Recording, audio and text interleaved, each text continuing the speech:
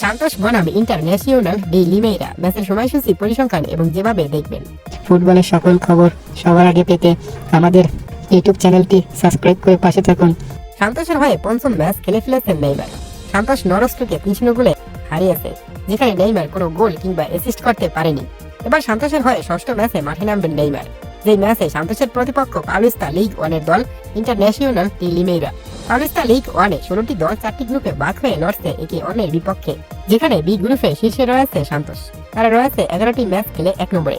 11টি ম্যাচের ভিতরে 4টি ম্যাচে জয় পেয়েছে, 3টি ম্যাচ ড্র করেছে এবং বাকি 4টি ম্যাচ হেরেছে।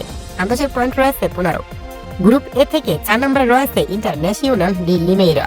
তারা 11টি ম্যাচ খেলেছে, তার ভিতর 7টি ম্যাচ ড্র করেছে এবং কোনো ম্যাচই জয় পায়নি, বাকি 4টি ম্যাচ হেরেছে। তাদের পয়েন্ট রয়েছে 7।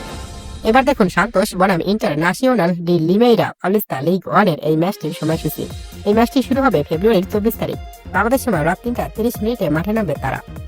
এবার দেখুন ইন্টারন্যাশনাল ডি লিমেইরা বনাম সান্তোসের হেড টু হেড রেকর্ড কি বলে। শেষ 4 ম্যাচে সান্তোস জয় পেয়েছে 3 ম্যাচে, বাকি 1টি ম্যাচ ড্র হয়েছে। ম্যাচের ফলগুলো যেমন ছিল: প্রথমবার দেখা হয় 2020 সালে, তখন 2-0 গোলে সান্তোস জয় পায়। দ্বিতীয়বার দেখা হয় 2021 সালে, তখন 2-1 গোলে সান্তোস ইন্টারন্যাশনাল ডি লিমেইরাকে হারায়। এরপর তৃতীয়বার দেখা হয় 2022 সালে, তখন গোলশূন্য ড্র হয় ম্যাচটি। এরপর শেষবার দেখা হয় 2024 সালে, তখন 3-2 গোলে সান্তোস জয় পায় ইন্টারন্যাশনাল ডি লিমেইরার বিপক্ষে। হেড টু হেড রেকর্ড থেকে অনেকটা এগিয়ে রয়েছে সান্তোস, এবং শেষ 5 ম্যাচে সান্তোস জয় পেয়েছে 2টি ম্যাচে, 2টি ম্যাচ ড্র করেছে এবং বাকি 1টি ম্যাচ হেরেছে। বিপরীতে ইন্টারন্যাশনাল ডি লিমেইরা শেষ 5 ম্যাচের ভিতর 3টি ম্যাচই হেরেছে এবং বাকি 2টি ম্যাচ ড্র করেছে।